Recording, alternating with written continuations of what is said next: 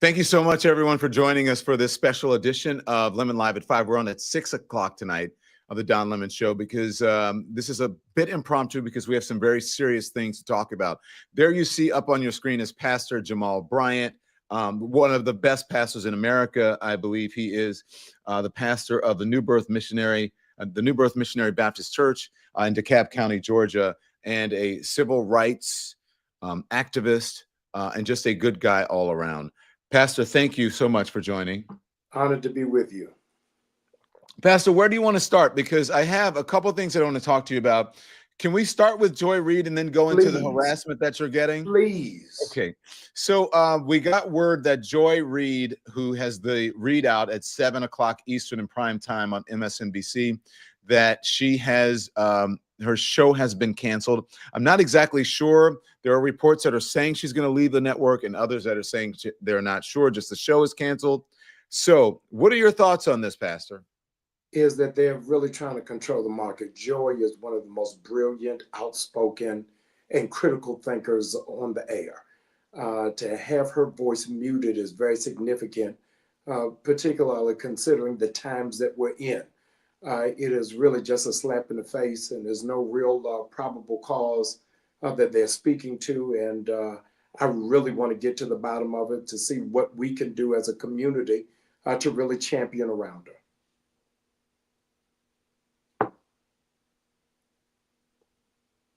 Sorry. What do you think has been happening? Because I had been telling my subscribers that they were going to start purging the sort of centrist or liberal voices from the media. And look, I know a lot of the folks involved in this, so I'm not making a judgment on it, but I do have to say that Joy is a friend, and I think that she is a professional, and I enjoy her show, and I enjoy her mind. And I think there's in the media landscape, we can use all kinds of thinkers with all different backgrounds and all different political stripes. So do you think that they're trying to purge folks who are holding the Trump people accountable? And they're hostile towards anybody who is an independent thinker. That is almost a playground bullying. We'll take, for example, Don, how the governor of Maine was treated the other day. It was condescending and dismissive and patriarchal. I really was frozen to see what has happened. But anybody who speaks against what is taking place is being marked as a direct enemy and a foe of this administration. Do you think that for the administration, what about on the part of media companies? Because I've been talking to folks and they're like, Don, you were the canary in the coal mine. And it appears that it's happening to a lot of folks. And I've been telling my guys here, again, as I told you, it's going to be a lot more of those kinds of voices and a lot more people of color who you won't see anymore where they once were. No, let me first pause and thank you for glowing in the dark, that you have been a consistent voice and presence and mind for America, not Black America, but for America. And I'm just grateful that you've pivoted and really are still getting the word out. And I think that's what's necessary in the times that we're in. And Joy's going to have to do the same. Mm-hmm. And we're going to have to really find, no pun intended, an electronic underground railroad for people to be able to get a depository of real news and not fake news. And so I'm glad that you're really lighting a torch in that direction. Thank you. When you see, how do you feel about this and seeing all of the media owners, social media owners, and then just reading what's happening with some of the, the Bezoses of the world, which is the Washington Post, and then other media there at the inauguration with Donald Trump? The media is supposed to be the bulwark between, the corporate America and the people and journalists, but I don't know if that's happening. Do you have concern about that? Yeah, no, it used to be the whole adage of separation of church and state. Now we are seeing a honeymoon marriage that is happening between the media. How many people right after the election in media space went to go kiss the ring in Mar-a-Lago? How many of them are positioning themselves to be on the right side of this administration? And anybody who does otherwise is just counted as fake news or dismissed out of the press space. People who lost their offices at the Pentagon are those that questioned or had questions. And so I think that all of us are going to have to raise an eyebrow to say what's really happening here if the messaging and the news are trying to be controlled. Yeah, I just want to read a little bit. Let me see if I can do this because, as I told you, I'm here by myself today. Let me see if I can get this because I want to read some of it. And let's see what I have here. Here we go. So this is the report that I've been seeing. Let me know. Can you see that, Pastor? You guys see it up there, right? Not up there yet. Sharing. I'm trying to share the screen here. I'm not doing a great job at it. You're doing the best you can. As they say in the church, help them, Lord. Yeah. I'm by myself. I'm used to having a little help here. All right, let's see. Let's see if I can do this again. All right, here we go. Because I have been here before. All righty. Anyways, if we can't, I'll just read some of the report to you. Let me just show you what some of the report says here, Pastor. The report says that breaking, Joy Reid out at MSNBC, part of a stunning network shakeup. On Sunday, Variety, the New York Times, reported that Reid's 7 p.m. weeknight show, The Readout, is being canceled and will air its final episode this week. Media has confirmed through a source familiar with the changes at MSNBC that Reid will be leaving the network completely as a result. She has been a host at MSNBC since 2014 and has piloted The Readout since 2020. And then they're going to replace him with Simone Sanders, Michael Steele, and then Alicia Menendez. And they host the morning show on the weekends over on MSNBC. Yeah, I think it's the moving of the peanut shells. For them to do it is to say, hey, it's not what it is that you think it is, but you still haven't given a clear indication as to why you bring in sorrow to joy. I need to know why it is that you're moving her. And I don't have a clear understanding of it, but it just doesn't sit right for me. Yeah, I have folks that are saying here that she's being canceled. Do you believe that she's being canceled? Meaning not just her show, but they're trying to cancel her? Oh, no, absolutely. She's been one of the most outright and forthright critics of this administration. And I don't think Stevie Wonder can't see what is taking place. But they're not giving us any reason. And Simone is a dear friend of mine, to say, okay, these numbers trump these numbers. But show us what was the logic, the reasoning, and the rationale to do it and to do it so abruptly. What do you said? You said we need an electronic underground railroad. What do you mean by that? Do you think that can make a difference? Oh, no, absolutely. The Bible is clear. People die from a lack of knowledge. And if that's the case, it's getting ready to be a grave, a mass graveyard of people who are intellectually dying because they're not really getting information as to what's taking place. 2 weeks ago, 500 women were raped in the Congo when there was a mass breakout from the jail, and it's nowhere. What is taking place with 500,000 who are losing their protective coverage, who are Haitians? We're not getting that anywhere. The shakedown that's happening at the borders of those who already possess green cards, but are taken in another room, is not being reported. And so there's so much going for it. It is Bannon's wet dream of shock and awe.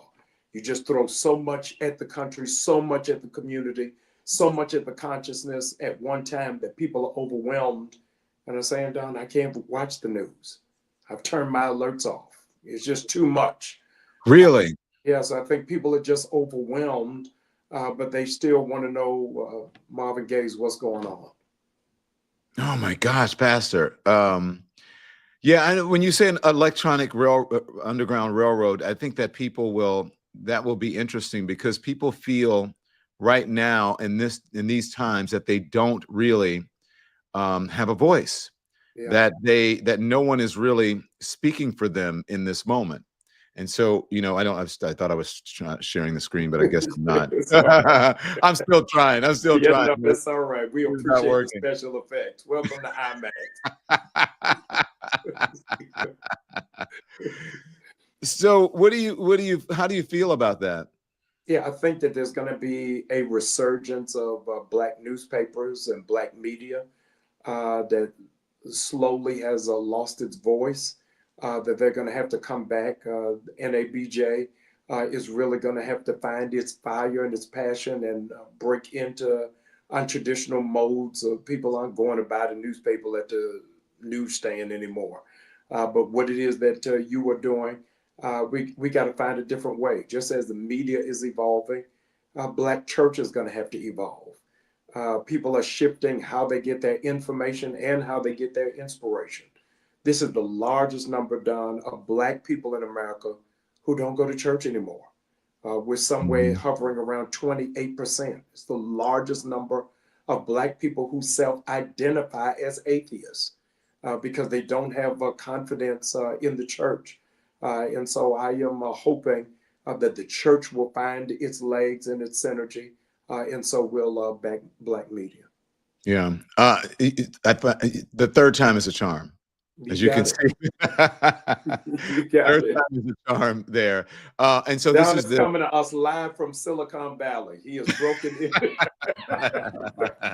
he's broken into technology. Yes. I knew I would get it, but then there's also, I think other folks, have been, it's all over. It's in the Guardian and whatever. So I'm interested to see what happens as you have been saying, if people are going to come together or if it's just going to go on, because I think if they're just going to let this happen, I think they're blaming ratings, or they're saying it was ratings. But the entire network is, having some issues, cable news in general, because I just don't want to pick on MSNBC, cable news in general, and even broadcast, they're having issues as it relates to an audience. People are finding their way to independent media as like what I'm doing now, Pastor. Pastor, let me talk to you. Go on. Final words on this, and then I want to talk to you about you, because I think what happened to you is also extremely important to discuss. Yeah, I saw data somewhere around the election about how many Gen Zs are getting their news and information from TikTok. President Trump said that in that last quarter before the election, his son is who told him, "Hey, you need to go on podcasts." And he did. So I think that we've got to really do a recalibration of what media means and where it lands, and how it is that we stand up in that space. Yeah. So let's talk about you mentioned that. And by the way, YouTube, which is streaming, digital surpassed linear media this year with more people watching. And I think YouTube is the largest network in the world. Wow. And I so, did not. which is what we are airing on right now. And I think people have sort of this outdated idea of the reach, especially of cable news and of broadcast news. It's really in digital and it's in social media right now. Look, and I was forced to figure it out. And they say sometimes it's a blessing in disguise. And I believe that it was. So, Pastor, let's talk about you, okay? Because you mentioned, let's talk about this White House. And I want to show you something. Yes. And I just, I know it hurts you to hear this and see this, but I want you to explain to me what happened. I'm going to play this, and then let me make sure. I'm going to play this. You can do it, Don. You can do it. I can do it. I'm going to play this. Them mother suckers accountable. So elderly. Yeah, that's right. Jamal. Yeah, that's right. Hold them mother suckers accountable. Okay, So elderly. Pastor, Them mother suckers accountable. So elderly. Yes. That's you. They're holding up the face, and I forget who that ignoramus is. I've seen him before, but I forget exactly his name. And he's a MAGA troll, and I guess he hasn't figured out. You know what I'm saying? Yes. Yeah, he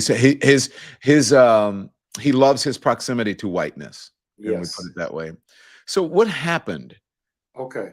So they have a Black History program, which is ironic in and to itself, since they are dismantling Black history at all levels So for them to celebrate it was interesting in and to itself. Second thing that's interesting, Don, is they had 3 pictures of me in the East Room. That was just one of them. 2 other people are holding up a picture. Don, you've been in the White House 3 million times more than I have. Mm-hmm. The question is, how did they even get in there? Number 2, how did you get in there with sticks to hold it up? I don't even know how that's possible. And so my phone started blowing up because they were streaming it live, this Black History program. So people watching C-SPAN and whitehouse.gov were seeing my picture float around the program. It was like, what in the world is taking place? There's a young woman that is holding up this picture of me saying race baiter. So I don't even know where it came from, what was the genesis, and how they rolled over and went to Kinko's that morning.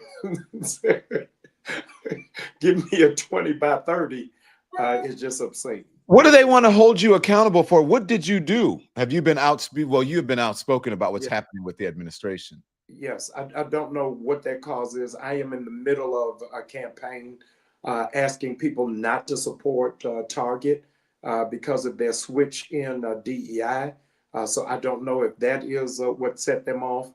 But for that to be led not by the Proud Boys, but by Black people, really just put me on red light, green light. I was just froze on what is taking place and what really is the message, especially, Don, when they're holding it up, that before that, they're celebrating who is the new head of the FBI. So I don't know what exactly was their intention, what is the aim, and what is the goal.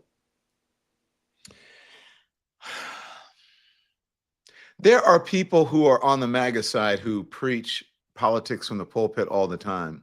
Yes. And no one is targeting them and attacking them. Now, as I understand, tell me if I'm wrong. Have you been getting harassed since then? Have you been getting threats?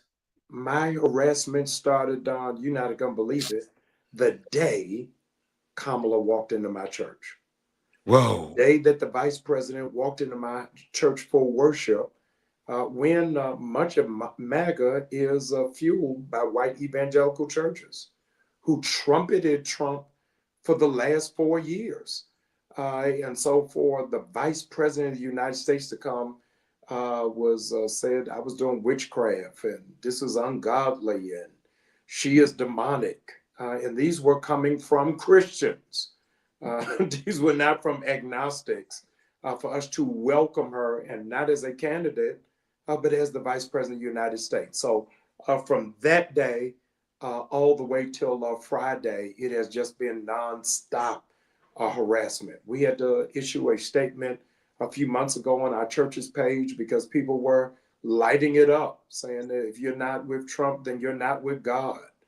And that I need to preach the true gospel because Donald Trump has been sent by God as a messenger and as a savior of the United States. And so for me to go against him, what kind of man of God am I? Yeah. And so all of it is absolutely dizzying for me. Well, let me just tell our viewers here, can you please make sure you hit the likes and the thumbs up because it affects the algorithm and more people get to hear the conversation between Pastor Jamal Bryant and I, and they'll become aware of the channel. So, and also the membership link is at the top of the chat, but make sure you subscribe. If you hit the subscribe button, which is at the bottom of your screen, you can become a subscriber and it is free, but make sure you hit that thumbs up because it does affect the algorithm. I want to play something for you, Pastor, because this also really bothered me when I saw it. And let's see. I want to make sure this is the right thing that I'm playing before I do it. No, this isn't the right thing. I know you got me. Add to this month. So many things that our community has fought for tirelessly has been pushed back upon.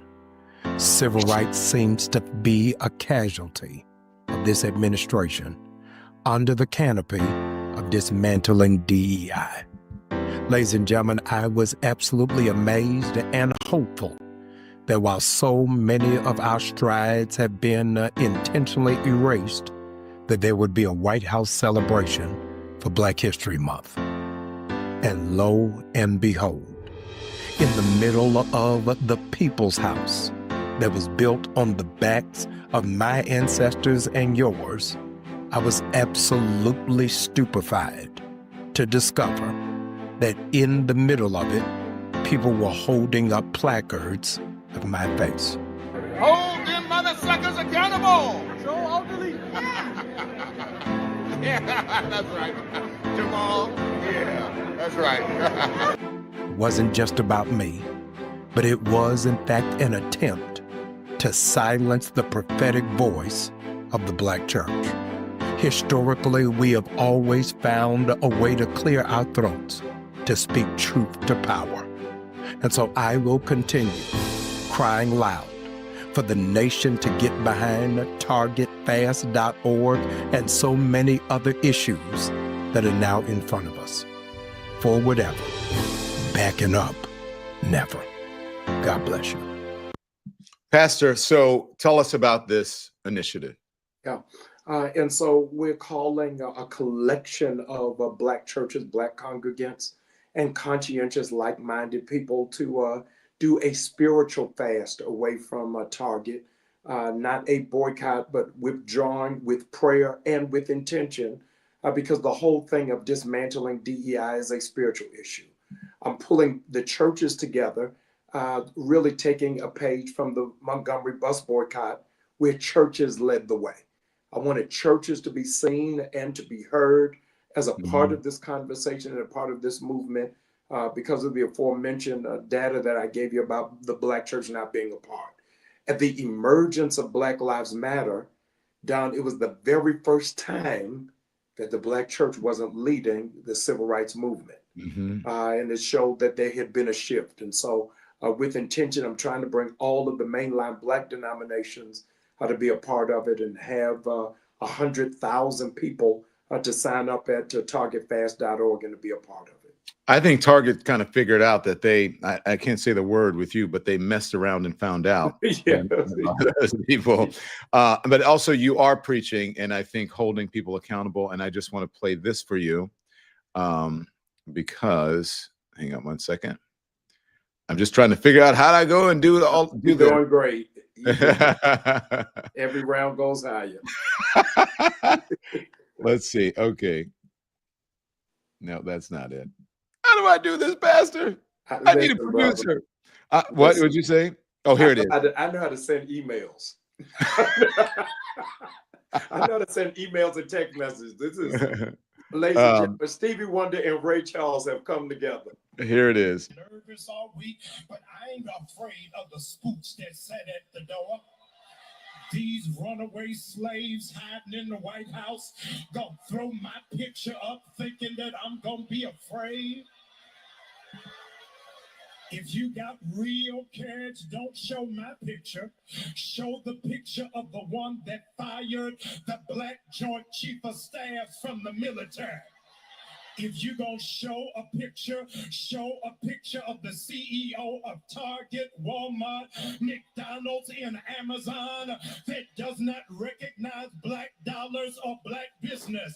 If you're going to put up a picture of the state legislators in Florida that are banning Black books. If you're going to put up a picture, put up the picture of the one who is stealing classified information from the IRS and Social Security.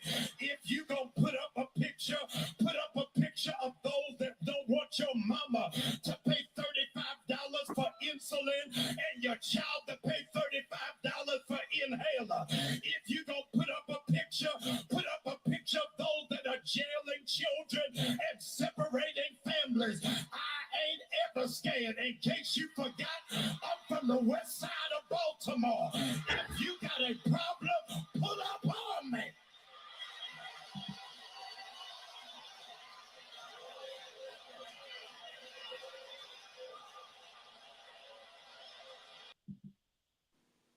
Pastor. Yes. Why did you feel the need to address that? Do you think people need, do they need to feel hope right now? What is going on? Yeah, all of this, again, Don, is a intimidation factor to make all people who are outside of the inner sanctum feel intimidated, whether that is the Latino community, whether it is the trans community, whether it is the immigrant community, whether it is women, anybody who is not in the Mar-a-Lago clique is in danger.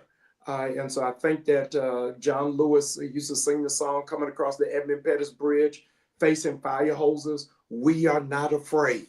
And I think that when we have faith, it is able to beat back all of our fears. Pastor, as I said, folks need hope right now, and I'm so glad that you're bringing them hope. Thank you so much for joining us. Anything else that I did not get to, was as I have you here in this sort of impromptu live that we wanted to talk about. We talked about Joy Reid. I have a reporter who's reporting on her waiting in the wings, who's going to come on and speak. Anything else you want to say? Yeah, several things. People are concerned about if we're withdrawing from Target, and Target has lost almost $11 a share in the last 30 days. When they go to targetfast.org and register to stand with us, we'll send you a digital copy of 300,000 Black businesses around the country so that you can redirect your spending. We're aiming to get to 100,000 people. So those of you who are watching and you resonate with the move of this movement, ask that you'll go to targetfast.org and you'll share it with all your friends. Pastor Jamal Bryant, thank you, sir. I appreciate your leadership and your encouragement, and pray for all of us, the country, and I'll take some prayers too, and I'll be praying for you. No, I'm grateful. Thank you. Love the t-shirt, by the way. Oh, did you see what it says, right? Yes, yes. Actually, Yes. I love the gays, and that's Black Jesus. Thank you so much. No, thank you, brother. Thank you, Pastor. I appreciate you. Bye-bye. Bye-bye. Okay, so that was Pastor Jamal Bryant. Joining me now, there he is Oliver Darcy. And Oliver, hey, good to see you, Oliver. Thank you for coming on. This is an impromptu live that I'm doing tonight because there's so much news going on, and I do want to talk about what's happening with Joy Reid. You just reported on, I'm going to try to put up, I'm here at Producer List. My producer is on a ski trip, and so I'm trying to get some stuff out. And I'm not quite sure I know how to do it. How do I share my screen? Let's see if I can share my entire screen here, because I want to be able to show you guys what I'm talking about. This is what Oliver is reporting on today. Can you see that, Oliver? Is that up there? I can't see it, but I can tell your audience about it. Okay, since you can't see it. Oh, here it is. Here it is. Let me do it. Here it is. How's that? Can you see that? I can't see it, Don, but maybe we're seeing something else. That's then I'll forget it. I will forget it because I don't know. I don't know what the hell I'm doing. So anyway, so Oliver, you've been reporting what happened. Well, news really started to leak about some of the changes that Rebecca Cutler, who's the new president of MSNBC, wants to make at the network. And so on Friday night, some of the news started to leak. But Sunday morning, the New York Times reported that Joy Reid's show is going to be canceled as part of a broader set of changes that Rebecca Cutler wants to make to the network. And that's obviously raised a lot of questions with a fair amount of people, particularly given that Reid was not very much liked by obviously the Donald Trump the Donald Trump folks. But I'm reporting on a meeting that Rebecca Cutler had earlier today with staffers of the show. And she was asked actually point blank, Don, whether the Trump administration and them being in office played any role or was any sort of factor in this. She said no, that it was not. She said that, quote, data analysis and programming strategy was what guided these moves, but it's certainly raising a lot of questions. It's interesting. In full disclosure, Rebecca Cutler was one of my first, well, not my first EP, but her first EP job was on my show at CNN in Atlanta. So I do know her well. She is. Well, you were at CNN when she was there, right? I was. Yes. And I think that Jeff Zucker was grooming her for a much larger role at the network. And she was certainly a formidable force there. And I think she's a consummate professional. What do you think? I'm sure she's probably going to get some, guff from this. Everybody's in a leadership position. But what do you make of that? Can you talk about that? Yeah, I mean, I think she was trying to actually remake the network in maybe her own image, right? She just took over the role as president of MSNBC, and generally speaking, when someone does take a role like that, some changes are made to the programming. And also, we're in this moment after the election, which generally, you see a lot of programming changes. We just saw some at CNN announced over the past month, so that's not unusual. I think in regards to Reid losing her show, I think that's certainly, Reid has a big fan base, and she's in a very prominent spot on MSNBC. She's not only host of the 7 p.m. show, but when they have these big Avengers style panels, right, with Rachel and Ari Melber and Stephanie Ruhle, Reid was a member of that, and she played a key role over the past several years on that MSNBC lineup. And so having her removed entirely is certainly going to raise some questions. Not only was she removed, Don, though, but her staff is being laid off as part of these changes. In addition to Alex Wagner's staff, Alex Wagner's also being downgraded from a host to a correspondent on the network. And so Rebecca, in this meeting earlier today, she was confronted with a lot of questions, a lot of raw emotion from staffers who feel like they've really put it out all on the line for the network, had their skin in the game, taken a lot of slings and arrows from MSNBC, only to be abruptly informed that they're being laid off effectively via a New York Times story.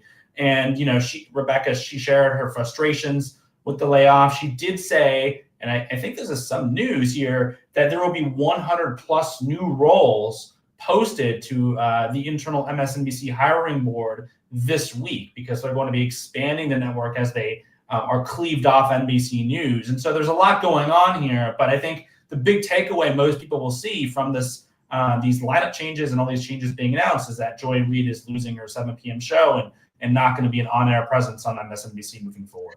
Let me ask you about, because you said that her staff is being laid off. I'm going to put this up.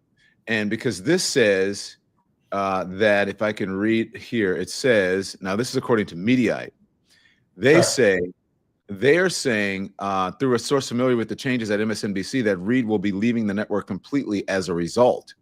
Did you, right here? Yeah. I think that's she's leaving. Yeah, Reid is leaving MSNBC. Wagner, who's been hosting the 9 p.m. slot Tuesday through Friday when Rachel Maddow is not hosting. Remember, Rachel has only been hosting about one night a week under her new deal.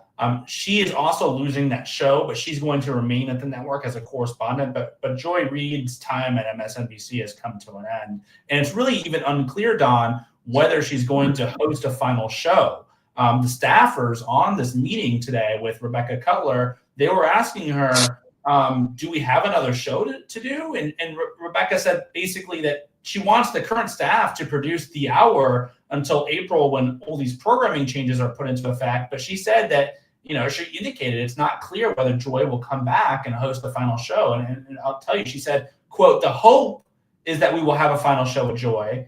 And she says, in another part of the meeting, "We are waiting to get a response from Joy and her team about how she would like to handle the situation. But it's unclear whether Joy will come back and say goodbye to the audience. I assume, given that she's being given the opportunity, she will, but it seems that that's not clear right now at MSNBC. Well, I did not get that opportunity to, but I want to. So listen, quite frankly, this is what people are telling me. I'm getting calls. I'm just going to be honest, saying, Don, you were the canary in the coal mine. They're trying to get rid of voices that challenge MAGA and that stands up to any of the MAGA folks and don't want to put people who lie on the air. So there's a concern that they are purging liberal centrist voices in lieu of, or because they want to put more conservative and people who are going to not challenge MAGA so much, and also put MAGA voices on the air, election deniers, people who don't think the election was stolen, insurrection deniers, etc. Yeah, I think it's difficult to make that argument with MSNBC, though, just given that, they're replacing her show with three prominent, critics of Donald Trump, Simone Sanders, Townsend being one of those, Alicia Menendez. and Michael Steele. And then you also have Alex Wagner being replaced by Jen Psaki, obviously not someone who's like going to be pro-MAGA or platforming MAGA folks. And then you're still keeping Rachel Maddow and some of the more prominent folks. So the idea that MSNBC is going to go right-wing, I think, is not really accurate. I do think that there's a way to do progressive journalism that's not maybe poking the eye of the Trump administration. And I think that it was widely seen internally that Reid's show was just the wrong tone, perhaps, right? You know, it was not the tone they want going forward. And I think there's this belief that you need to be playing error-free ball right now with the Trump administration in power, and that, you know, Reid was someone who was a little more freewheeling, if you will, on social media in terms of her commentary. And I think that just doesn't fit into the vision under this, you know, not only Rebecca Cutler's purview, but also SpinCo, which is being overseen and headed by Mark Lazarus, an NBC Universal executive who, in private conversations, have reported on this, has said that he doesn't feel that Republicans believe that MSNBC will give them a fair shake, and wanted to improve that perception. And perhaps, if you wanted to improve that perception, perhaps, you know, eliminating Joy Reid from your roster might do that. So then I guess there's no concern, right, over racism or anything like that. Do you think that will be brought up? I mean, it certainly, I've seen commentary on social media about this and about how this looks from an optics perspective. You know, she was, you know, a very prominent host, and so they're axing her, and I think it's certainly going to be brought up. I think the bigger concern, I think, Don, is what you had alluded to before, that maybe MSNBC under this new SpinCo company is trying to go the direction of CNN. And, you know, they're very clear that they're not trying to water down the progressivism. I think they, from their perspective, I'm just, you know, kind of channeling a lot of things I've heard, but I think from their perspective is that you can be progressive and have that identity without being, you know, in a certain, with having a different tone, you know, presenting this with a different tone. And I think that the tone is really what they want to change. Less provocative, perhaps, being provocative. It's hard to kind of put it. I was thinking about this, and it's like hard to figure out a way to describe it. And I think it really comes down to maybe just being, you know, like not poking the eye as much, right? Like you can offer a perspective without being as confrontational, maybe. I don't know. It's difficult to, especially on live, a broadcast, to put it into words, but there's definitely a difference in tone, I think, between the show that she was doing, perhaps, and Rachel's show, right? So it was just a little different. Let me just tell the people who are watching that, as a matter of fact, a lot of folks are watching us, Oliver. Make sure you hit the thumbs up. Make sure you hit the like. Make sure you subscribe. It's at the bottom of the screen. And the membership link is at the top of the chat. And this is how we stay on the air. Oliver's independent now. He once worked at CNN. I'm independent now. I once worked at CNN. And Joy Reid, I believe, will become independent, who once worked at MSNBC. Here's my question, Oliver. Is there a danger, because you know the ratings, let's just be honest about the ratings. Broadcast ratings aren't so great, but cable news ratings are they're really having some problems with cable news ratings. Is there a danger in this change that perhaps, I know they're wanting it to, they think it'll change, it's going to help the ratings, but is there, what's the danger here that it sort of backfires on them? There's a huge danger, Don. I mean, even, so the number one rule in television, basically, if you talk to any executive, is viewers like consistency. They like turning on the television and seeing the person that they've been watching for the last several years on their TV screen. They do not like change. Anytime you give a viewer a change, that perhaps maybe they're a loyal 7 p.m. MSNBC viewer, might give them a reason to sample the other programming on at 7 p.m. to change their habits. And you don't want to change their habits, especially in today's world of cable and broadcast television, because there are fewer and fewer viewers. And so you don't want to give them an excuse to turn the channel. So there's certainly a risk just from changing, even if they think it's going to be, way better in the ratings or the audience is going to love it more. There's always a risk there. And then I think there's also a risk, again, given the optics of this, that viewers will be upset. And I think there has been, they're trying to do this delicately, but I think that there has also been concerns from some viewers about MSNBC and some of the talent there, particularly with Morning Joe, where you had Mika and Joe go down to Mar-a-Lago, you remember, and I believe this was, I'm forgetting if this was before Trump was officially president or afterward. I think it was before, but they went to Mar-a-Lago and had this meeting with Donald Trump where they tried to reset relations. And I think that concerned the MSNBC audience quite a bit because prior to this, Mika and Joe were kind of leading the resistance in the mornings. And then they did all of a sudden go and try, cozying up to Donald Trump. People were upset about that. Their ratings took a hit, at least in the initial wake of that revelation. And so there's certainly a chance and maybe a probability really even here that in the wake of Joy being canceled from MSNBC, that viewers will rebel. They might try out some of the other programming, and that could hurt them. In the long run, I think MSNBC is betting that maybe some people will be upset, but they will win them over. And there's really not another cable news channel out there today that's going to offer a progressive newscast in the way MSNBC is going to. And so I think in the long run, they're hoping that they're going to be able to sustain and keep these viewers. What were Mika and Joe reading the tea leaves?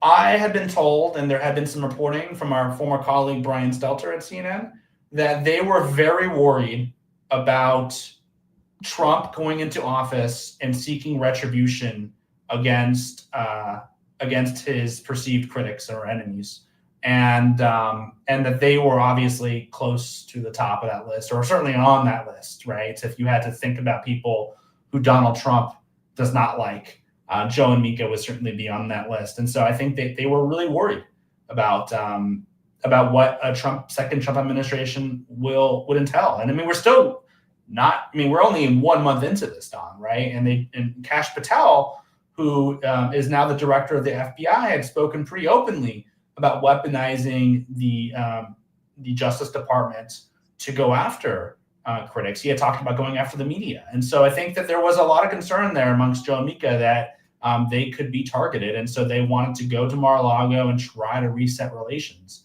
And that's what they did. Whether it 2 years down the line, whether that matters, right? Whether they can sustain a good relationship with Donald Trump seems hard, it seems difficult to imagine. But at least 1 month into the administration, Don, I someone could correct me if we're wrong, I haven't seen Donald Trump really lash out at them in the way that he was doing before. So what are you saying, Oliver?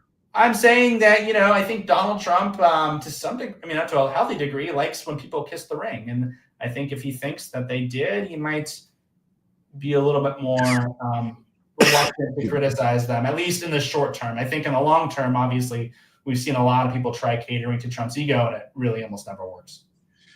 Wow. And so when do these changes take effect? Do you know? Is it April? They take place in April. I don't think that they were counting on this leaking so soon. Again, some of these details are the leaks, so they had to really get on the ball on this and move forward. But in the interim, at least in Joy Reid's show, we're going to see a rotating cast of different hosts play a role in that show. These changes want to take effect in April, and I think we'll learn more tomorrow too to see. My guess is that there's more than just Joy Reid's show being canceled here and Alex Wagner being downgraded. I would bet that there's going to be some more changes across different day parts of the network. So what do you mean by that? I mean, this is the idea that the news that Joy Reid's show is canceled leaked today, and that Alex Wagner's going to be losing her show, that leaked to the press. But I think that there are other broader changes that they're trying to make in one fell swoop that will perhaps affect other parts of the day, not just prime time, that will be announced tomorrow. And so we might hear about other shows. For instance, who's going to replace these three on the weekends? We don't know that yet. There will be different things that will be announced tomorrow. Rebecca Cutler said to staffers, and so we'll stay tuned and see what those are. Oliver, I also want to talk to you about what's happening with the media in general and sort of the strong arming that has been coming from the White House as it relates to the Associated Press. Now, I don't know if you were there at CNN when I was there when gosh, I forget what his name is, from Fox News. It'll come to me soon. From Fox News, when the Obama folks took his press credentials, and Rosen and all of the media stood up for them, and now the Associated Press is not getting, they're not getting access, and they're actually suing, I'm told. And so, what is going on with this administration, and should folks be concerned about that? I think they should be concerned about it, and I also think that that the media should stand behind them, and especially conservative media should stand behind the Associated Press, folks like Fox News, because the media stood behind Fox News when something similar happened to them with a Democratic president. Yeah, I mean, I think this is very concerning, obviously, that some of the moves that the Trump administration has taken in the first month against the press, and evicting the AP from the press pool and blocking them from the public events that the president's hosting is certainly at the top of the list.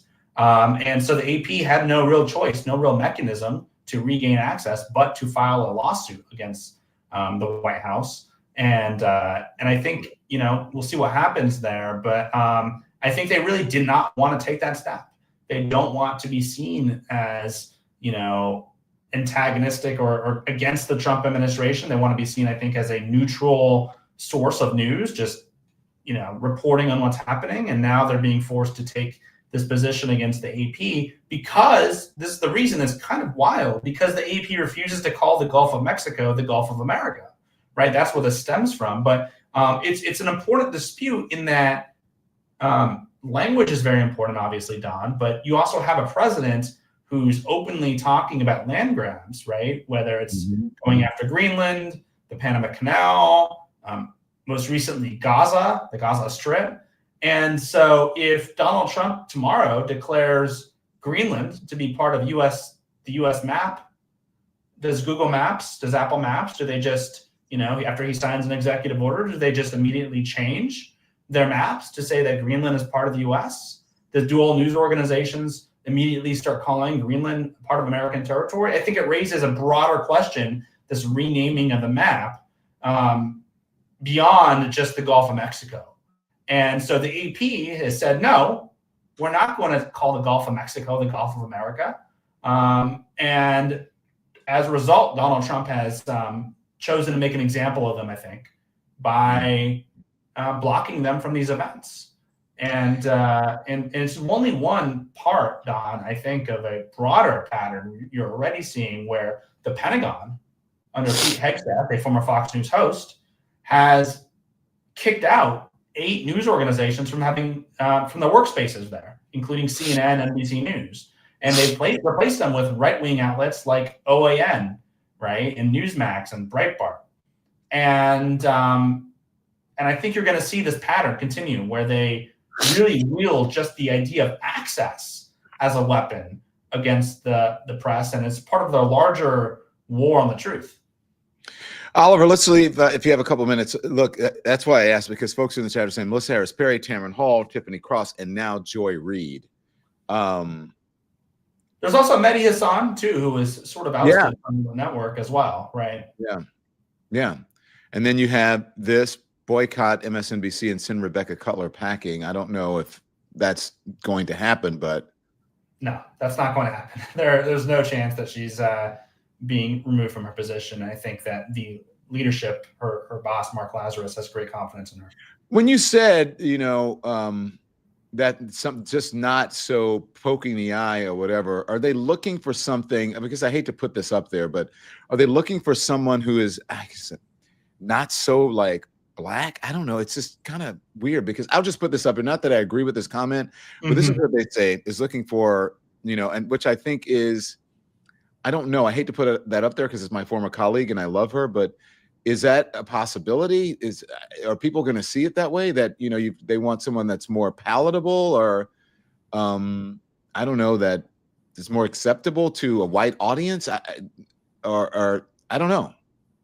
I think they want someone who's not tweeting things that could be, that would be mocked by the Trump administration, or that's a little bit. I think the general impression was that Joy was a little bit too freewheeling, and that they want to play error-free ball now, and especially with the Trump administration back. And I think her history, there was that whole dispute about her blog. I think some of that stuff has weighed in as well. I'm not saying this was the right decision. I'm just giving you the impression, I think, of the MSNBC brass and others inside the room that would be making that decision.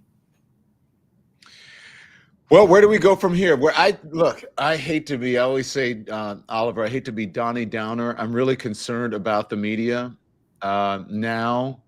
I'm concerned about what's coming from the White House podium. This Caroline Leavitt, who treats reporters as if they are, she's is very dismissive of them. And I think they forget sometimes that they are actually public servants and they work for the people instead of the other way around. Yeah. I mean, I think Caroline Leavitt is another, she sees her job, it seems like, to largely dunk on the press versus to help keep the press abreast on what's actually happening in the White House. And I think a lot of it is the administration doesn't want people to know what's happening inside the government, right? I mean, that's why they're firing people like the inspector generals and others. They're removing a lot of safeguards so that they can push through their agenda. And part of that is by beating the press into submission, because the fourth estate plays a crucial role in holding government accountable. And so internally inside the government, they're taking steps like firing those inspector generals, but they're also taking steps to weaken the press because they know that if the press is weakened, if they're less likely to criticize the administration, then they have a much easier job of pushing through things that are, quite frankly, extreme. And so, Donald Trump has been very, the one thing he's good at is he very much understands media.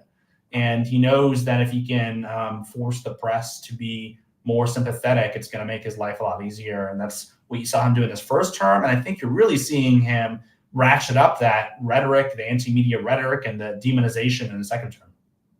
Yeah. Any last words?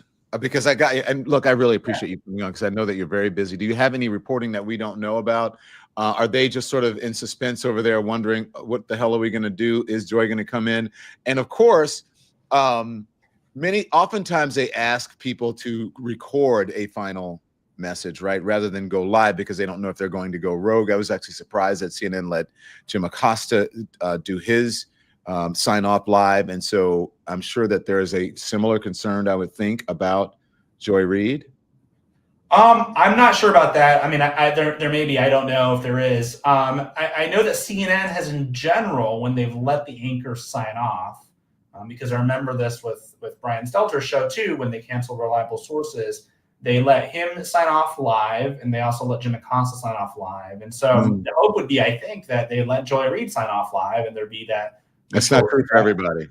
But I will say too that Joy Reid is one of these people who's going to have, if she wants to, a tremendous future going independent. She has a huge fan base that will certainly support her if she does decide to launch an independent venture. And I think, again, as we're seeing these media institutions weakened for a variety of reasons, largely because of the business and the way that the distribution works these days, I think that's gonna, it's another step that direction where people are going independent, they're launching their businesses, and they don't often need a big network to get their message out.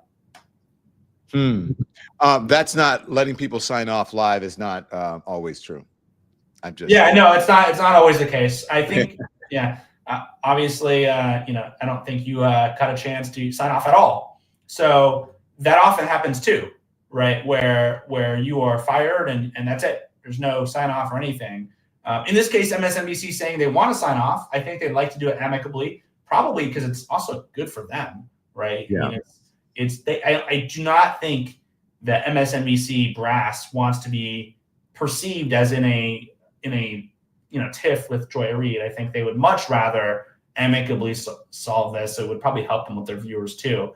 But again, whether Joy Reid decides that she wants to go back and sign off, I think that remains to be seen. And I'm sure there's going to be a lot of reporting done over the next few weeks about what led to this decision. What were the behind the scenes conversations? What was happening? Why did they want to get rid of her? This is only the tip of the iceberg, and we're only like not even 12 hours, I think, out since since news broke that she was being fired. So I'm sure there will be a lot more reporting. Well, Oliver Darcy, thank you. And I'll be doing some of it too, Don. So if people are interested, they should sign up status.news for our newsletter, and we'll be reporting on this in the days ahead. I tried to put it up, but there's no online link. It's just in my email, right? There is. You could go to status.news, and anyone in the audience who's interested in what happened in this meeting today with the MSNBC president and Joy Reid staff, you can go to status.news, and we have it posted right there. It's the first story. Well, I should know that because I always just get it in my email. Well, look at here. So hang on one second. Because I want to put this up. What's your email? Send a link, sign up. I log into, I have it. Yeah, you got to log in. Yeah. That's wrong. I put in the wrong email address. Yeah, I'm an early adopter to. Don is one of the first subscribers. I think he was. I think day one. I think you subscribed day one, and I wanted to become. What do you call it? There's a member. Founding member. Yes. Am I too late for that? No, you can upgrade your membership and be a founding member, and we're actually going to be announcing some stuff hopefully soon for the founding members. So that'll be exciting. Can you tell folks how important it is to for us independent folks that they actually do sign up, they actually do subscribe? Yeah. Because I think what we do, it's very reasonable for what we do. I think it's so important. I hear a lot of people complain about the press these days, and they say you're doing such a great job, and I'm only allowed to do my thing, and I think you're only allowed to continue doing your thing or able to continue doing our things if people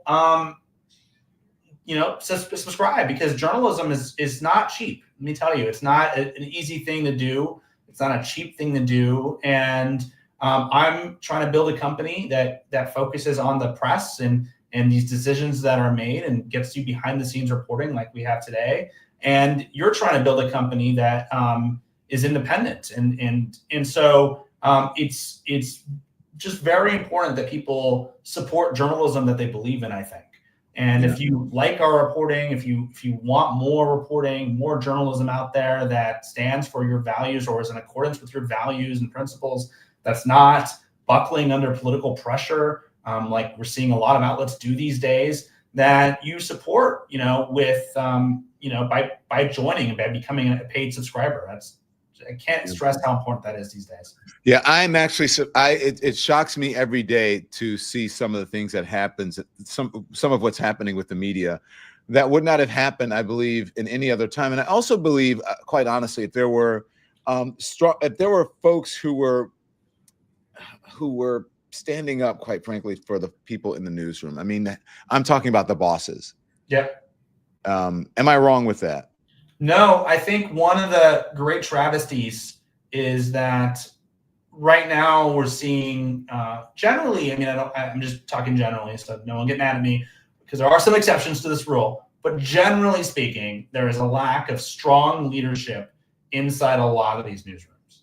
And I think that is a result of changing business realities and the political pressure and a bunch of other factors, sometimes unique to the individual newsroom, but broadly speaking, you do not have these old school, strong-willed news executives who are unafraid of, to call out people who will serve as a firewall between the newsroom and corporate interests. You just don't have a lot of that these days across the board. And I think you're seeing that in a lot of the coverage and a lot of the different decisions that are made at networks or newspapers, because that firewall has almost been breached. And, the corporate folks or the billionaires who own these places are now much more comfortable, I think, interfering, and without a strong leader saying, no, I run this newsroom, you do not, we're not going to do that. You see a lot of strange decisions, Don. Do you see your reporting up there? A lot of strange decisions, and it's not going back, right? No, it's not going back. And that's because, people might ask us, why is that the case? And it's because these businesses that the businesses these companies are built on, they're all in decline. Right. And so really what it's become about for a lot of these organizations is managing the decline, managing ways in which you shrink the business responsibly and squeeze out maybe some of the last dollars out of these places. And so you're not going to see, I think, a new generation, at least in the corporate places and in the legacy places. I just don't think you're going to see that happen. I could be wrong. I think what you will see is a lot of independent media fill a lot of that void, hopefully. And that's what goes back to your point, is if you want to see that, it's so important for people to actually support that kind of journalism, because, I'm not taking any, there's no billionaire backing me. The people that, my thing is reader supported. So the people who are, I'm accountable to readers. And if you want more of that, there has to be readers that are supporting the project or the business. Otherwise it won't work. Is there anything else in your reporting, because I have it up now, that we did not get up there, that you did not discuss? Because I want to make sure that we talk about it, because I think what you're doing is very important.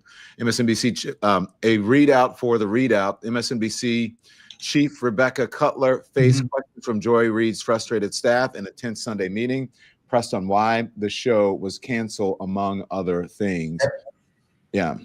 I think one of the big things that I haven't seen reported before, and maybe I'm wrong, but is that, the show staff is being laid off, and there will be some other jobs that they can apply for. But Don, this as well. Often when a show is canceled, the staff gets to keep their jobs, right? That's often what happens, is that the new anchor will come in and they'll be using the same show staff as before. Maybe there'll be some tweaks. Maybe the executive producer might leave, but generally, or at least that's what happens in a lot of these cases. In this case, though, they're actually laying off the entire staff, which I think is notable. And they'll be advised to apply for other roles in the company. The MSNBC is very much stressing that there's going to be 100 some roles posted this week. But for this show staff, they're not going to be working together in the same capacity as they have been over the last several years. And so it's not only, often we focus on the anchor, understandably so, but a lot of people were affected today and don't even have the resources that maybe Joy does. And they put a lot into that show, and they're also being impacted. And it was very emotional. I obtained audio of this meeting and I listened to the whole thing, obviously. And you could hear the emotion in people's voices. It was very raw. At times people are audibly crying. It was a very tough meeting that they had with Rebecca Cutler this morning. Yeah, staffers expressed outrage about leaks to the press. Throughout the meeting, staffers expressed outrage that they learned of the show's fate in media reports instead of hearing from leadership directly. One staffer told Cutler, "It was a terrible, terrible way to learn about our fate." Cutler repeatedly said that she shared the frustration and that she was incredibly disappointed that this had happened in this way. It goes without saying, but obviously having the programming changes leak in an uncontrolled manner was not something Cutler wanted either. How did that get out there? Well, Don, you've been in the business for a while, and I'm a reporter, and I'm often trying to obtain information that's not public. But leaks are unavoidable in this business. Agents talk, and people who, you tell one person something, Don, and they're going to tell 5 other people, and those 5 people are going to tell 5 other people, and it multiplies very quickly. And so I don't think I am not aware of any news executive who's actually directly involved in programming changes that ever wants to have that news leaked ahead of their announcement, because these are highly choreographed events. They really want to make sure that everything is, all the D's are, or T's are crossed and I's are dotted. And obviously that wasn't the case here. And I think that's something that the MSNBC brass obviously is frustrated about as well. It's not like they would intentionally choose to leak this news to the press. So I think that's one thing that Rebecca Cutler and the Joy Reid staff, could agree on. But you can imagine if you're a member of that staff, your show's being canceled, and you find out about it basically in the New York Times or by a New York Times reporter reach out to you for comment. Yeah. And that sucks. That's not a great way to find out that you're not going to have a job. Hey, with Elon Musk, right? You're saying reporters find out by tweet or whatever you call them these days, they're losing their jobs, and you never want someone to find out about their future employment like that. I mean, it's just not a good way. I'm wondering, someone said today, did Joy Reid get doged? But in the meeting, Rebecca Cutler said, I think you reported this, that it had nothing to do with Donald Trump. Oliver, I'm not sure if you have to go, but if you want, you can stand by. I want to bring in someone. I'm not sure if you knew. This is Peter Rothplatz. He is my producer and writer on this show, and he also was a lead writer for Mehdi Hasan at MSNBC, and he worked there for quite some time. Oliver, if you can stay, fine. If not, I certainly understand if you have to go. But Peter, you are, by the way, you're muted. Peter, you worked there for a while. You were there, I believe, when Mehdi Hasan was let go. How did this news come to you today? Was it a shock to you? What do you think of it? Yeah, this was big. Don, how can you hear me? How's my audio? I can hear you, yeah. It was big. I had a number of folks reach out to me. Also, for context, hi, Oliver, big fan. Love your work. Hey. So for folks in the chat who might not be familiar, who might not have seen me on the channel before, I was at MSNBC for about 3 years. I started as a segment producer for a couple of different teams on the weekend. I ended up working my way up to be Mehdi's sort of commentary, A-block opinion writer. And yeah, I was there for when he was let go in December of, what now? 2023? 2023, whenever, right after October 7th. And of course, it's more complicated than that, and we can dig into the nuances later. But I was listening to some of your conversation with Oliver in the car. I just got out of a taxi. I'm now back at my apartment, and folks at MSNBC right now are really scared. They don't quite know what this means. I know Rebecca Cutler was quite deliberate in putting out messages company-wide that this should not be viewed in any way as an ideological move. This is not sort of a pivot back to the center or punishing progressive voices. Joy, of course, along with Mehdi, was one of the more outspoken personalities at MSNBC, particularly on the issue of Gaza and Israel. Folks are not necessarily taking that at face value. Especially if you consider the personalities that are ostensibly going to replace her now, and Alicia Menendez and Michael Steele and Simone Sanders. They see the three of them, well, they love all three. They view Michael Steele, rightly, as a former head of the RNC. They view Simone Sanders, again, rightly, as a former member of the Biden administration. And they view Alicia Menendez, I would say somewhat unfairly, as sort of a more establishment Democratic figure, given the fact that she's the daughter of former Senator Bob Menendez. So many thoughts going on. I can expand more later, Don. Yeah, so let's talk about this. I spoke to Oliver about the chance for this to backfire, and there were some folks who were really upset. Mehdi Hasan has a huge following and is doing very well now, as a matter of fact, in independent media, and that, I believe that's Joy most likely where she will go, but who knows? I mean, she's a very smart woman, a Harvard grad. She's very articulate, very bright, very intelligent. But I mean, this sort of reminds me around that time of what was happening at just a little bit. You know, the circumstances are the same but different. What do you think of that, Peter?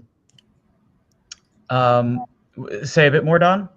I'm just wondering if there's a possibility of this may backfire for the network, a network that's already hurting, especially when it comes to ratings, and they have already laid off or fired some of their liberal progressive voices. No, okay, I hear you now. I do think there's some risk of that. My guess, and again, I think that Cutler, who has not said this on the record, but Cutler, from my perspective, is trying to not position this as an ideological reorganization of the network. It's hard for me to see that as anything but. And I just don't know. I think there's a case to be made that, unlike with the first Trump turn, we haven't quite seen the same hashtag resistance lib movement overtake the country. That's why MSNBC's numbers are down. However, you know, you view that and juxtapose it with the fact that the Midas Touch podcast just overtook Joe Rogan, and maybe there is a hunger out there. Maybe there is an appetite for a more progressive, a more muscular, more aggressive liberal voice or liberal voices to claim some territory. So I don't know if it's a good move on Cutler's part. I'm not sure. Yeah. Oliver, any response to any of that? Yeah, I think the idea or the notion that there's a lot of people inside MSNBC who are afraid and scared and not really sure what this means, I think that's certainly accurate. I think anytime you make these changes and there's even the idea or like a droplet of like a notion that this could be done to appease someone like Donald Trump, I think that's always going to introduce uncertainty into the workforce. And given that Reid was one of the most outspoken, I think, in terms of going after the Trump administration and Trump as a candidate, it's certainly going to add to that. And I'm curious how Rebecca Cutler is going to assure her workforce that that's not the case. You know, and you're going to see, I think, if I had to guess, MSNBC make moves to assure the audience that that's not the case. And I think they're going to have some work to do because, you know, regardless of why this was done, you know, the perception's not really great for them. It looks, you know, a certain way, and they're going to need to figure that out, not only to win back their audience or make sure their audience doesn't rebel, but also to make sure that employees who work at MSNBC who are very afraid, you know, you have to keep in mind that people have been threatened by Steve Bannon, you know, particularly at MSNBC, that he's warned their writers. He said, we're coming after you. This is not rhetoric. We are going to come after you. And he specifically warned the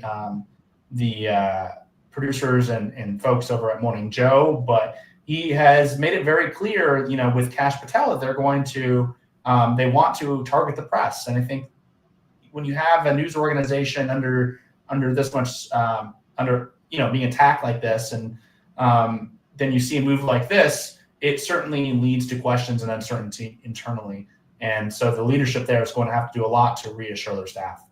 Hey, Oliver, just big picture. Can you, because I think this will have a domino effect. It does on people will be critical and they'll just say, you know, it's kind of cable news. And again, I don't want to beat up on cable news. I just know how it works. I'm a reporter, and they'll say, oh, you know, the whole news media and I can't trust them. You've seen some of the comments. I'm not going to watch anymore.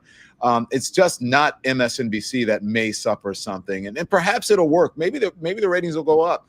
Rebecca, as I know, she was my executive producer, is extremely talented and knows the news business. And if anyone is deserving of this job, it's her. Go on. I agree. Rebecca is she's a very talented producer. She worked at CNN for a long time and developed very good relationships with staffers. And my understanding, at least in the first few weeks of her tenure as MSNBC president, she's been very popular with at least some key figures on staff. Now, I think this decision to oust Joy Reid is not super popular amongst MSNBC staff.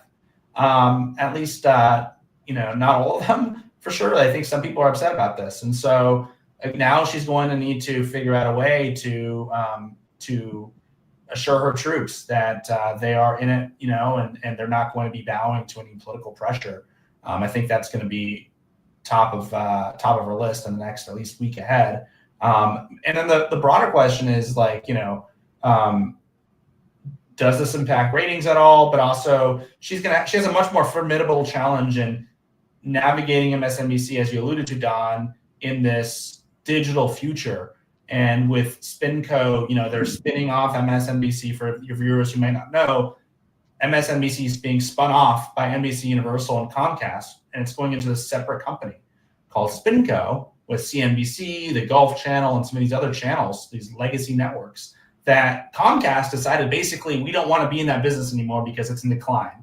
And so Rebecca Cutler's big challenge over the next several years is going to be, how do I take this legacy asset, this cable news channel, which is losing viewers? It's going to be losing viewers as the years wear on because less people have cable or cutting the cord. How do I take this channel and make sure it's a digital powerhouse in moving into the future in 5-10 years? Is it through an acquisition? Could there be some sort of partnership, for instance, with Crooked Media, which is a digital media company that's home to a lot of progressive stars? Is there something else they want to do? Are they going to get into more podcasting? Like, that is her actual long-term challenge that she needs to work on. But at least in the short term, she needs to figure out a way to assure her staff and tell them that, we're not bowing to political pressure, and you can do your jobs. Rest assured that we're going to have your back as a company. She was trained by an old school, stand by 1 second, Peter. She was trained by an old school media executive who did not give a F. And also was the bulwark between, quite frankly, the journalist and the corporation, and really supported and protected the journalist and the work. And so she does come from that legacy, and perhaps that's, maybe that's some good news. Yeah, my guess would be that she's getting, I have no idea, I'm just guessing that she's probably getting advice from that person who trained her, maybe some unsolicited advice or maybe some, whatever. I would imagine there's something there. And so when I saw the moves, I was like, oh, that looks, yeah. You recognize that, Don? I recognize the moves. I was like, oh yeah, there you go. Yeah. But I think it's, even for the people who might be inclined to, in today's environment, to be that bulwark between the corporation and the newsroom, I think it's just getting more and more challenging as these businesses decline, and as you're really facing this unprecedented pressure from the White House. Like, never before has the White House exerted this much pressure on businesses, whether it's in the tech business or the media business. Donald Trump has made it no secret that he's going to weaponize government, and he's going to make the lives of any corporation that stands in his way hell. And he's doing that already. You see Brendan Carr, who's his FCC chair, who has reopened investigations into NBC, ABC, CBS, who's launched new investigations against PBS, NPR, and Odyssey, who has said that CBS's 60 Minutes interview with Kamala Harris will play a role in whether he approves this merger that's supposed to happen between Skydance and Paramount, which is the owner of CBS News.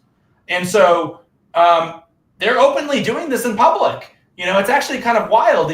Typically maybe this would be in private, like you wouldn't really know that he's tying these things together or he's doing this. This is happening before our eyes in broad daylight. The Trump administration is making it clear, if you stand in our way, you do anything that could be critical, we're going to punish you. And so even if you are someone in the newsroom and you're the newsroom leader and you want to stand for your newsroom and strong journalism, it's very tough in this particular moment because you're facing an unprecedented decline of your business with either cable or newspapers. And then you're also facing unprecedented pressure on not only the newsroom, but also the parent company. And so it's a tough position to be in, Don. Yeah. Go ahead, Peter. What were you saying? No, I wanted to hone in on one thing that Oliver said, and I do not want to in any way cast aspersions on his reporting. He is so much more well-sourced than I am on any of this. But I'm thinking back about a month ago, our friends Peter Hamby and I think John Kelly or Dylan Byers were having a conversation about Rebecca Cutler, because I, unlike the two of you, was not very familiar with her. And Peter Hamby could not have kinder things to say about her, about the fact that she's a workhorse, about the fact that she knows the industry inside and out. Mm-hmm. And I was curious, given the fact that at this point I had been out of MSNBC for a little under a year. I did some reporting of my own, reaching out to some friends, some not even friends of friends. And the sentiment that I received was mixed at best. And I was surprised by that. I found that a lot of folks in network were unnerved by her. I do think that, granted, some of this comes from the fact that a few of my sources do come from the weekend teams, the Eamon team, the former Medi team. And I do think that Gaza has a significant role with that. Cutler has sort of garnered a reputation for someone who is somewhat more reluctant, if not actively hostile, to reporting on certain stories and certain narratives with regard to Gaza. And I'm not shocked that Joy is maybe the first head on the chopping block, given the fact that she was so outspoken in some of her monologues on that specific news item. Talk to us more about that. I'm trying to think. There was one monologue in particular that she delivered, I want to say, about a year and a half ago, and I do not want to put words in her mouth, but I remember it made headlines at the time, either because she labeled it ethnic cleansing or labeled it genocide, and I know that was a step beyond what was currently kosher at the network. Okay. And what are you saying? I'm saying that I think that there is a significant effort to pivot the network back to the center. And I think that this is perhaps an example of that. And I again will repeat what I said earlier about naming Alicia Menendez and Simone Sanders and Michael Steele as replacements ostensibly for Joy is a pretty obvious stake in the ground from my point of view. In your reporting, Oliver, that they're saying that there should be no concern about a pivot to the center, which is what CNN did. Yeah, I think that's probably true too. I don't think that there's going to be an obvious, I don't think Scott Jennings, for instance, right, who's this MAGA voice, is going to be hired by MSNBC anytime soon and being forced onto panels. And, I don't think they're going to do that. I do think that, again, in private conversations, Mark Lazarus, who's the head of Spinco, which is the new parent company of MSNBC as they get spun off from Comcast and NBC Universal, I think that he's been saying to people that, the perception of MSNBC is that if you're a Republican, you can't get a fair shake on the network, and that it is hostile, I think, to Republicans. And I think in his idea of MSNBC, at least, especially during maybe those non-primetime hours, is that, look, we can have a progressive identity, but do we need to be overtly hostile to Republicans? Can we find a way to have a dialogue, right, with them? Is there a way to achieve that where they feel like they're getting a fair shake on the network if they did agree to an interview? And I think that's what you'll see them try to work on. And whether that you can do that, I think that's an open question too, because if you have someone like the press secretary, for instance, Caroline Leavitt, come on your show, often those are the people being hostile to the media, right? Those are the people who want to throw bombs and have a fight. That's what they enjoy doing. Yeah. So can you have a conversation with her without her attacking the press? I think that might be very challenging. Can you have a conversation with her without her lying and then having to repeatedly correct her and say, I'm sorry, I got to stop you there. What you're saying is not true. I mean, that seems very difficult. And so when you have the entire GOP hypnotized by Donald Trump and his MAGA-ism, it's very challenging, I think, to achieve, what some of these executives who come from a previous era where you could have a Republican and a Democrat and they'd be on Meet the Press, and then afterward they go to brunch together and they say, I disagree with you, but we both love the country. Like, I think that era has really often it's basically come to an end, but too often news executives don't want to admit it. And so they want to put like Ronna McDaniel on Meet the Press, right? Or they want to have these conversations. And I'm all for conversations. The problem is that one party is too often approaching these conversations in good faith, and the other party is approaching them in bad faith. And they're abusing platforms to lie and mislead the American people. And the people that are approaching it in good faith tend to be Democratic, and the people on the bad faith side tend to be in the GOP, in the Trump-controlled GOP. How you program for that becomes challenging. And I think what you've seen MSNBC do is basically say, we're not going to give platform to people who abuse our air.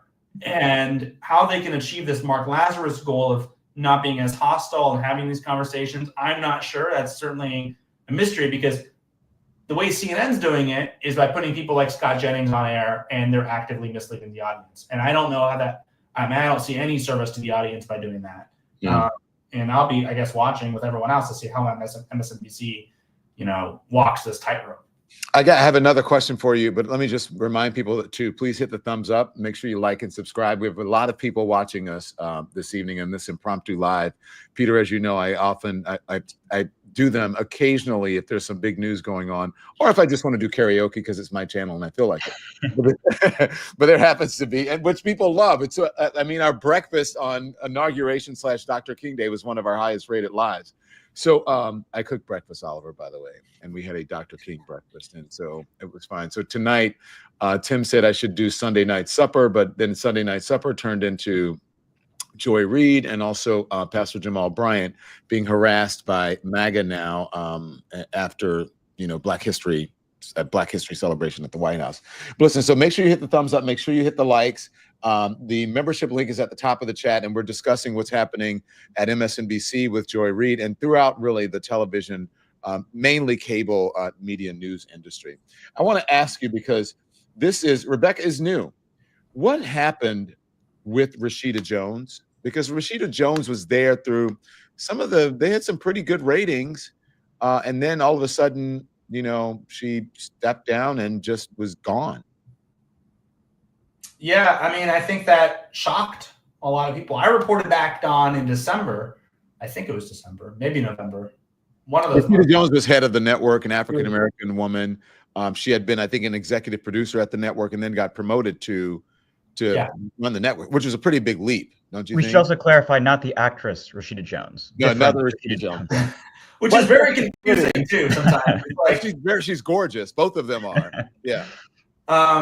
Yeah, no, I reported back late last year that she was eyeing an exit, and then she denied it back then. I think MSNBC on the record denied it, but after or around inauguration, I forget. Dates are so blurry these days. She announced that she's exiting the network. I think there are still a lot of questions about why she would want to depart the network. Typically, when you are the head of a network, you don't give it up, especially, she's pretty early or midway through her career. It's not like she's like nearing the end of her career. She's fairly young. And so I was surprised, look, maybe it's possible that she just didn't want to deal with Donald Trump 2.0 and saw the writing on the wall to some extent with cable news and with Spinco, and said, she wanted to go out on a high note. That's certainly possible. But I think there's still some questions about why she wanted to leave, and she hasn't really given, I think, a very clear answer on that. And she hasn't talked to the press since she left either, not to my understanding. And so that's certainly going to be one of the questions, I think, when she does interview at some point. Why did you leave MSNBC? You know, was this entirely your choice, or were there external factors there? You know, perhaps there were some other things there. I wouldn't be surprised. Yeah. Well, guys, Peter, I had you come in. I thought maybe you would want to take over the show and go for a little bit, but I think it's Sunday night. And you probably want to. I'm gonna go cook dinner. So what's next, Oliver?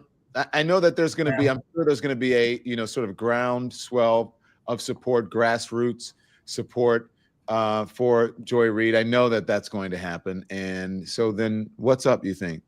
My guess, Don, I mean, hard to guess these days, but my guess is that Joy Reid is going to probably launch her own venture, if I had to guess. I don't think you're obviously going to see her go to CNN. She's certainly not going to Fox News. And she's certainly probably not going to CBS or ABC. So my guess is that her options are really going to be limited to doing something on her own. And I actually think she's going to be quite successful if she wants to go that route in launching her own venture. She has a huge fan base. She has a lot of people who are going to want to support her, particularly right now. And so I would imagine that's what you're going to see her announce in the future. And then in terms of MSNBC, I think that they may take a little bit of a hit here in the ratings, particularly during her hour, the Joy Reid's hour at 7 p.m., as they have these fill-in hosts, and also as the new show gets on their way. I do think, if I had to make a prediction, MSNBC will be fine in the long term getting their viewers to tune back in, just because there's nothing else on cable news that's going to cater to that audience. And you've seen this at Fox News quite a bit too. The network is usually bigger than the host. I think that that will probably be true here with MSNBC. And so I imagine both parties actually will do fine in the long term. And I think that's why they might both be interested in amicably kind of parting ways here, because they will be fine in the long term. So Don, listen. Can I hijack the show and ask one question to Oliver? No, let me ask Oliver this, and you can ask any question. I just want to ask you: is that so? What you said, because it got rid of this. Grateful 1509 says, "I got rid of cable news November 5th, 2024." A lot of folks, the ratings went down for cable. Recovered, but not back to the levels that they were before. And even with this sort of Trump bump, they're still not there. Do you think that still applies with the networks are going to be okay? I think they'll be. I think generally so, yes. I mean, look, like there's a bleeding of 1,000 cuts or dying of 1,000 cuts at some point, right? And so when you have all the top talent, if you had everyone leave, I think that's a problematic thing. I think in this 1 hour, MSNBC is going to find a way to keep their audience. And I also think the MSNBC audience, you have to keep in mind the average viewer, I believe, is in the 70s. And so they may be more reluctant to switch to streaming or something else. Yeah.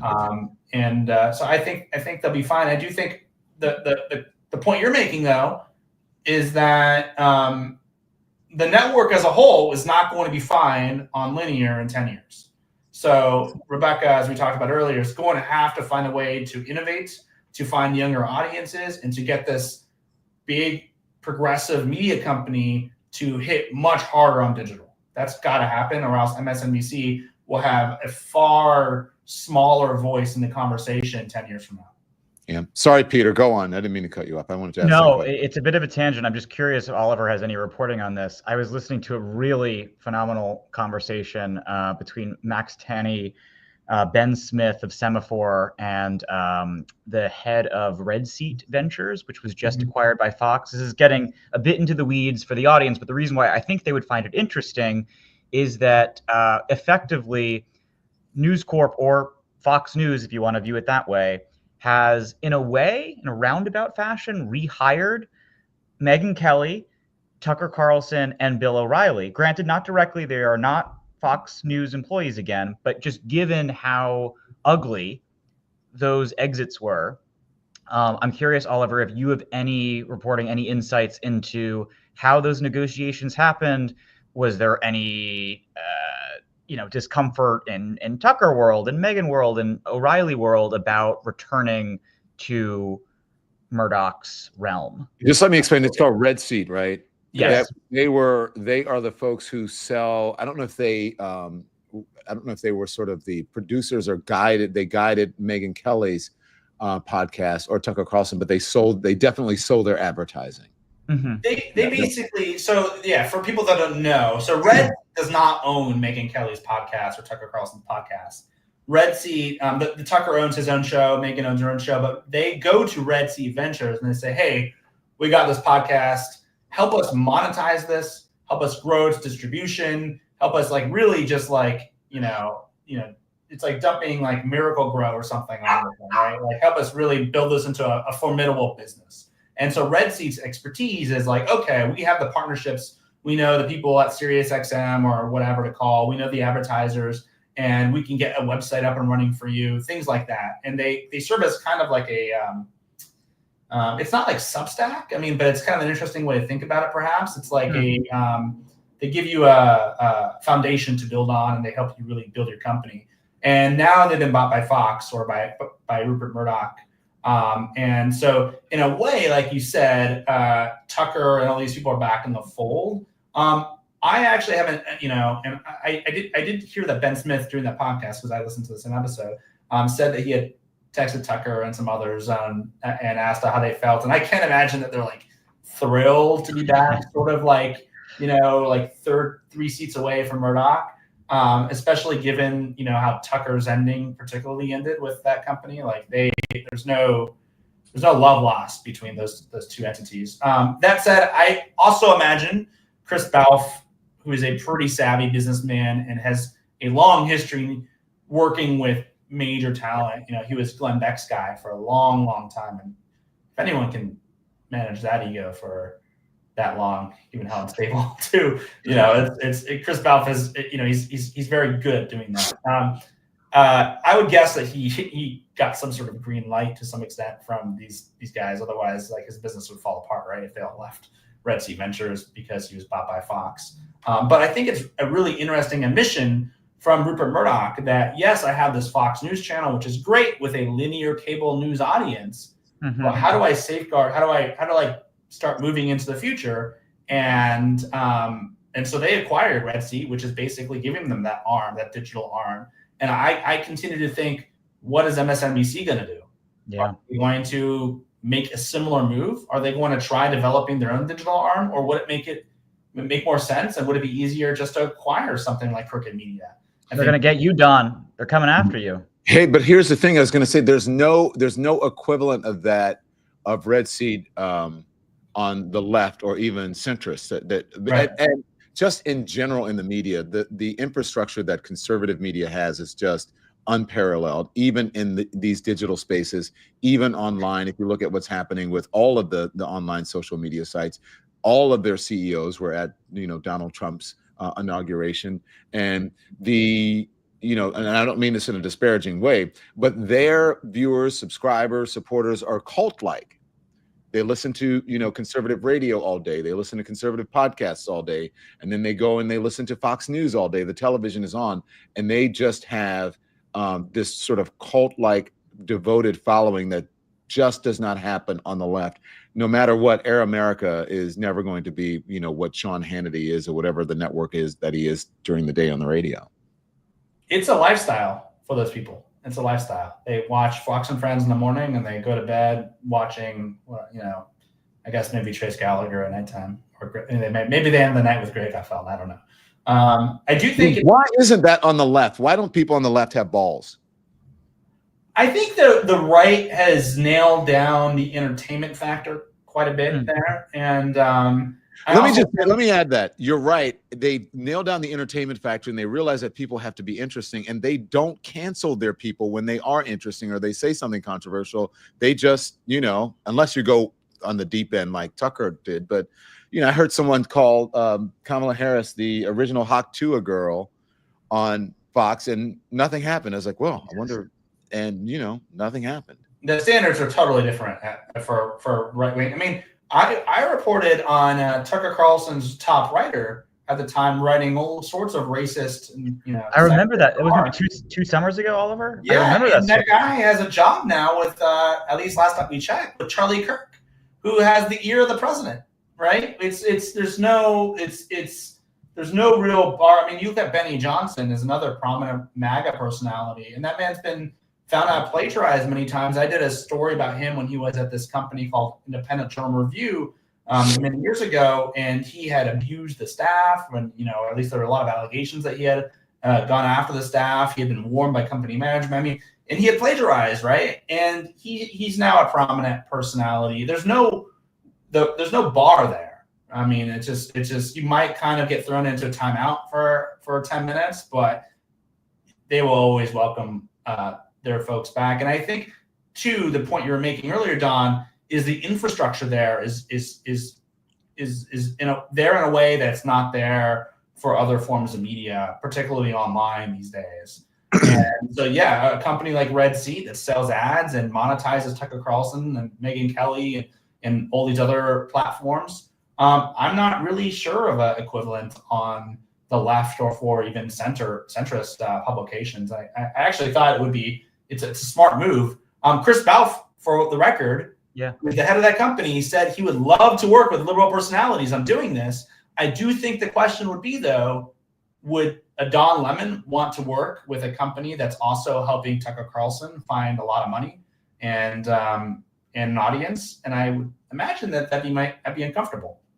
To Oliver's point, in the podcast, Balfe does say that he met with Rachel Maddow, or at least Rachel Maddow's representatives, and he doesn't quite explain why the deal did not go through, but perhaps it has something to do with ideological concerns.